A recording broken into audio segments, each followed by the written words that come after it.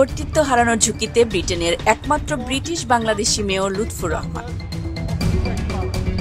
বাঙালি অধ্যুষিত লন্ডনের অন্যতম গুরুত্বপূর্ণ টাওয়ার হ্যামলেটস কাউন্সিল এখন কার্যত সরকারের কঠোর প্রশাসনিক হস্তক্ষেপের মুখে। কাউন্সিলের কর্তৃত্ব মেয়রকে পাশ কাটিয়ে কমিশনারের হাতে চলে যাওয়ার স্পষ্ট ইঙ্গিত মিলছে। পূর্ব লন্ডনের ব্রিটিশ বাংলাদেশিদের বৃহত্তম বসতি টাওয়ার হ্যামলেটস, যার নেতৃত্বে আছেন যুক্তরাজ্যে নির্বাচিত একমাত্র British Bangladeshi mayor Lutfur Rahman. Tower হ্যামলেটসে লুৎফুর রহমানের উত্থান এক বিতর্কে ঘেরা ও প্রভাবশালী রাজনৈতিক অধ্যায়।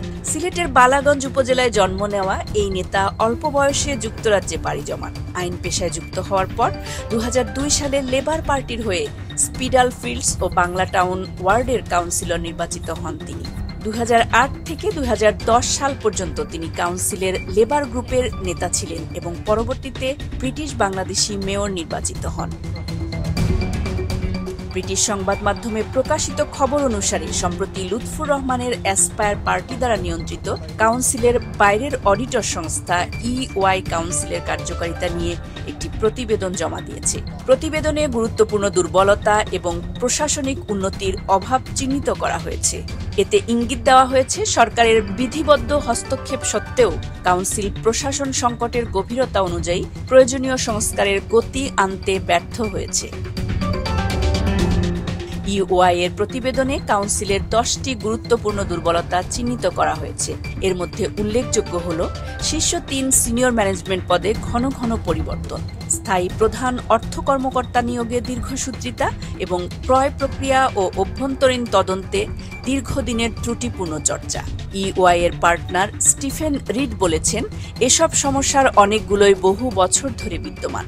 দুর্বল কাউন্সিলের প্রতি কঠোর অবস্থান নিয়েছেন তিনি। অন্যদিকে আসপায়ার পার্টির নেতৃস্থানীয় সদস্য কাউন্সিলর কবির আহমেদ বলেছেন, প্রতিবেদনে উল্লেখিত কিছু সমস্যা প্রায় 1 দশক ধরে চলে আসছে। সিনিয়র কর্মকর্তাদের সততা ও প্রতিবেদনের প্রতি তার পূর্ণ আস্থা রয়েছে। তবে লেবার কাউন্সিলর মার্ক ফ্রান্সিস কাউন্সিলের নেতৃত্বের প্রতিক্রিয়াকে আত্মরক্ষামূলক বলে সমালোচনা করেছেন। আরেক লেবার কাউন্সিলর আসমা ইসলাম বলেছেন, কাউন্সিলের সিদ্ধান্ত গ্রহণে পদ্ধতিগত ও সাংস্কৃতিক সমস্যা বিস্তৃত এবং এ বিষয়ে আর অস্বীকার করার সুযোগ নেই। লোকাল ডেমোক্রেসি রিপোর্টিং সার্ভিসের মতে কাউন্সিলের প্রধান নির্বাহী স্টিফেন হেলসি বলেছেন যে তারা প্রতিবেদনটিকে স্বাগত জানিয়েছেন এবং এর সুপারিশ অনুযায়ী কাজ করছেন।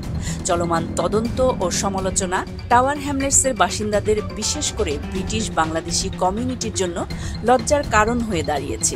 অবিরাম সরকারি নজরদারি একটি পুরো জনগোষ্ঠীর উপর নেতিবাচক ছায়া ফেলার ঝুঁকি তৈরি করছে এবং স্থানীয় গণতন্ত্রের প্রতি মানুষের আস্থা ক্ষুণ্ণ করছে।